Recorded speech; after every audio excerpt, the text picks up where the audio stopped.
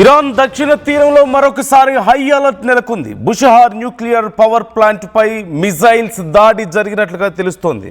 ప్రధాన రియాక్టర్కు కేవలం 350 మీటర్ల దూరంలో మరొక మిజైల్ పడింది. ఈ దాడిలో పాక్షికంగా ఆ భవనం ధ్వంసమైనట్లుగా తెలుస్తోంది. సెక్యూరిటీ విభాగంలో పనిచేసే ఒక వ్యక్తి మృతి చెందాడు. బుషహార్ ప్లాంట్పై దాడి జరగడం ఇది 4వసారి. మార్చి 15 ఒకసారి జరిగింది, మార్చి 24 జరిగింది, మరియు మార్చి 27 కూడా జరిగింది. గత నెలలో వరుసగా 3 సార్లు దాడి జరిగితే ఇప్పుడు మరొకసారి దాడి జరిగినట్లుగా తెలుస్తోంది.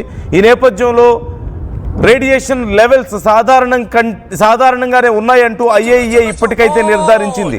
న్యూక్లియర్ ప్లాంట్ టార్గెట్గా దాడులు జరపడం IAEA ఖండిస్తోంది, ఆందోళన వ్యక్తం చేస్తోంది. న్యూక్లియర్ ప్లాంట్స్పై దాడులు చేయొద్దంటూ అమెరికా ఇజ్రాయెల్కు వార్నింగ్ కూడా ఇస్తోంది. At the same time IAEA చేసినటువంటి ఆ ట్వీట్ కూడా నేను మీకు చూపిస్తున్నాను. బుషహార్ న్యూక్లియర్ పవర్ ప్లాంట్ మీద ఇప్పటికీ గత నెల నుంచి ఇప్పటి వరకు 4 సార్లు దాడి చేసింది.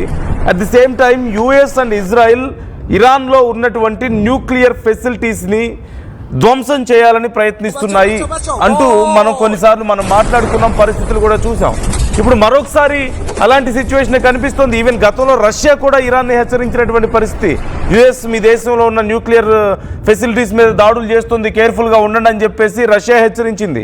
ఇప్పుడు IAEA కూడా ఈ విషయం గురించి ఆందోళన వ్యక్తం చేయాల్సిన పరిస్థితి కనిపిస్తోంది. ఇంటర్నేషనల్ అటామిక్ ఎనర్జీ ఏజెన్సీ సైతం, అంటే ప్రపంచంలో ఎక్కడైనా ఏదైనా ఈ రేడియేషన్ లీకేజ్కి సంబంధించి కానీ యురేనియం యాక్టివిటీస్కి సంబంధించి ఏవైనా అంటే ఏమాత్రం చిన్న కదలిక కనిపించినా వెంటనే IAEAకి అక్కడ వాలిపోతుంది, అక్కడ వాళ్ళందరూ రిస్ట్రిక్ట్ చేయడానికి అవకాశం ఉంటుంది.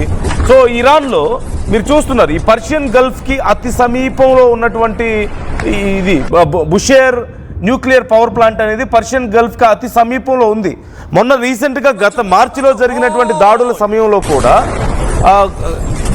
గల్ఫ్ దేశాలు ఆందోళన వ్యక్తం చేశాయి. న్యూక్లియర్ రేడియేషన్ లీక్ అవుతుందో అన్న భయంతో గైడ్ లైన్స్ కూడా రిలీజ్ చేయడాన్ని మనం చూసాం. కువైట్ లాంటి దేశాలు అక్కడ గైడ్ లైన్స్ రిలీజ్ చేశాయి, ప్రజలు జాగ్రత్తగా ఉండండి, రేడియేషన్ లీక్ అయ్యే ప్రమాదం ఉంది అని చెప్పేసి. జస్ట్ ఇమాజిన్, ఒకవేళ ఒకసారి ఆ వీడియోని అలా పాజ్ చేయండి. బుషేర్ మీద అటాక్ జరిగితే అక్కడ ఏదైనా రేడియేషన్ లీక్ అయితే ఖచ్చితంగా ఇరాన్లో పై వైపున మొత్తం కొండ ప్రాంతం ఉంది కాబట్టి గాలి ఇటువైపు ఎక్కువగా వీచే అవకాశం ఉంటుంది. డౌన్ స్ట్రీమ్ వైపు ఇదంతా రేడియేషన్ ఎక్కువగా ప్రయాణించే అవకాశం ఉంటుంది. ఖచ్చితంగా చుట్టుపక్కల ప్రాంతాలకు కూడా ఇరాన్ మీద కూడా ప్రభావం ఉన్నప్పటికీ ఇక్కడ ఉన్నటువంటి అరబ్ దేశాలకి అన్నిటికీ కూడా తీవ్రమైనటువంటి నష్టం వాటిల్లే అవకాశం చాలా క్లియర్గా కనిపిస్తుంది. అబుదాబి కానీ, దోహా కానీ, ఇదిగో UAE దగ్గర నుంచి, దుబాయ్ దగ్గర నుంచి అన్ని ప్రాంతాలు, అక్కడ ఉన్నటువంటి ప్రాంతాలన్నీ కూడా ఈ రేడియేషన్కి ఇంపాక్ట్కి గురయ్యేటువంటి అవకాశాలు కనిపిస్తున్నాయి. మొన్న కువైట్ లాంటి దేశాలు సైతం ఈ రేడియేషన్ గైడ్ లైన్స్ని రిలీజ్ చేసుకోవాల్సిన పరిస్థితి వచ్చింది, అటాక్స్ జరుగుతున్నాయని. ఇప్పుడు మరొకసారి అటాక్ చేస్తున్నారు. అంటే ఇరాన్ని దెబ్బతీయడానికి ఇక వేరే మార్గం లేక, వేరే రకంగా దెబ్బతీయలేక ఇప్పుడు ఏదో ఒక రకంగా అక్కడ రేడియేషన్ని లీక్ చేసి, ఎలాగైతే జపాన్ మీద గతంలో అణుబాంబులు వేసి కంట్రోల్ చేశారో, చివరికి ఇరాన్ మీద రేడియేషన్ లీక్ చేయడం ద్వారా వాళ్ళని కంట్రోల్ చేయాలని చెప్పి భావిస్తున్నారా? ఒక అత్యవసర పరిస్థితిని, చివరికి వాళ్ళ మిత్ర దేశాలకు సైతం నష్టపోతాయనే ఆలోచన కూడా లేకుండా ఇలా మూర్ఖమైనటువంటి పనులకు US ప్రయత్నిస్తుందా అనే ప్రశ్న ఖచ్చితంగా ఇక్కడ ఉత్పన్నం అవుతుంది. Please try to give that tweet on full screen. నాకు ఒకసారి పాజ్ చేయండి. Give me that tweet once. నేను ఒకసారి IAEA ఇచ్చినటువంటి ట్వీట్ని కూడా మీకు చదివి వినిపించే ప్రయత్నం చేస్తాను. The IAEA has been informed by Iran, ఏది international atomic energy agency has been informed by Iran that projectile struck close to the premises of Bushehr NPP this morning. Bushehr nuclear power plant మీద దగ్గరగా ఈ ఒక projectile launch అయిందని చెప్పి చెప్తూ information వచ్చింది international atomic energy ఏజెన్సీకి అంటూ చెప్తున్నారు. The fourth such incident in recent weeks, ఇది 4వ ఇన్సిడెంట్ అంటున్నారు. Iran also informed the IAEA that one of the site's physical protection staff members was killed by a projectile fragment and that a building on site was affected by shock waves and fragments. No increase in radiation levels was reported అంటూ చెప్తున్నారు. అంటే Iran కూడా IAEAకి complaint చేసింది, ఒక వ్యక్తి చనిపోయాడని, at the same time ఈ shock వేవ్స్కి అక్కడ ఉన్నటువంటి భవనం కూడా దెబ్బతిన్నది అని చెప్తున్నారు. ఐఏఈఏ డీజీ ఇప్పటికే Rafael Amgrossi expressed deep concern about the reported incident and says NPP site or nearby areas must never be attacked. అంటే ఈ న్యూక్లియర్ పవర్ ప్లాంట్ కానీ దాని చుట్టుపక్కల ఉన్న ప్రాంతాలు కానీ అటాక్ అవ్వడానికి కుదరదు అంటూ ఐఏఈఏ డీజీ అక్కడ ఆందోళన వ్యక్తం చేశారు, అక్కడ చెప్పారు అంటూ కూడా వాళ్ళు చాలా క్లియర్గా చెప్తున్నారు.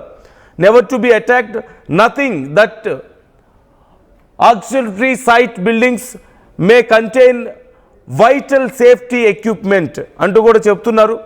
At the same time reiterating calls for maximum military restraint to avoid risk of nuclear accident. DG Grossi again stresses that paramount importance of adhering to the 7 pillars for ensuring nuclear safety and security during the conflict అంటూ చెప్తున్నారు.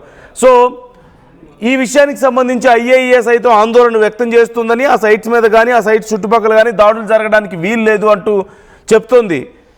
మరోవైపు Iran సైతం ఇప్పటికే confirm చేసింది, IAEA confirm చేసింది ఇప్పటికైతే radiation leak లేదు అని. ఒకవేళ రేడియేషన్ లీక్ అయితే ఎంత దారుణమైన పరిస్థితులు ఉంటాయో మనం గతంలో చూసాం, చెర్నోబిల్ ఘటన చూసాం.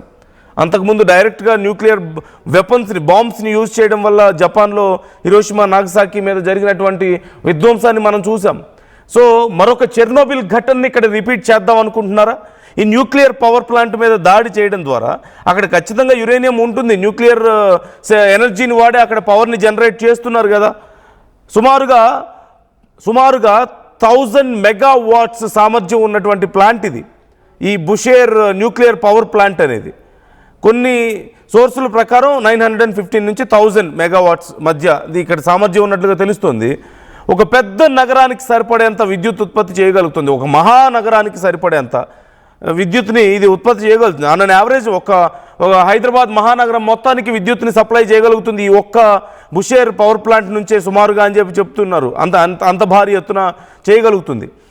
సుమారుగా సంవత్సరానికి 5 నుంచి 8.7 టెరావాట్ అవర్స్ పర్ ఇయర్ ఇక్కడ ప్రొడక్షన్ జరుగుతూ ఉంటుంది.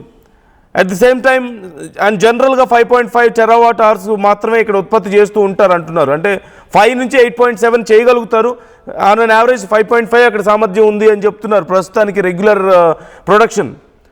అయితే 65 నుంచి 75 బిలియన్ యూనిట్లు ఇప్పటి వరకు ఉత్పత్తి జరిగిందట.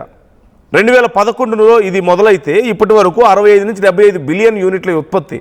ఖచ్చితంగా ఇరాన్కు ఉన్నటువంటి అతిపెద్ద చాలా ఇంపార్టెంట్ పవర్ ప్లాంట్ ఇది. అలాంటిది దీన్ని డెస్ట్రాయ్ చేయాలన్న ఆలోచనలో యుఎస్ ఉన్నట్లుగా కనబడుతుంది. యుఎస్ ఇజ్రాయెల్ ఒకసారి అనుకోకుండా సరే ఏదైనా దగ్గరలో ఒక బాంబు పేలింది అంటే అనుకోవడానికి అవకాశం ఉంది. గతంలో కూడా 350 మీటర్స్ డిస్టెన్స్లోనే పడింది, ఇప్పుడు మరొకసారి 350 మీటర్స్ డిస్టెన్స్లోనే పడింది. అంటే ఖచ్చితంగా ఏదో ఒక స్పెసిఫిక్ టార్గెట్గా వీళ్ళు ప్రయత్నాలు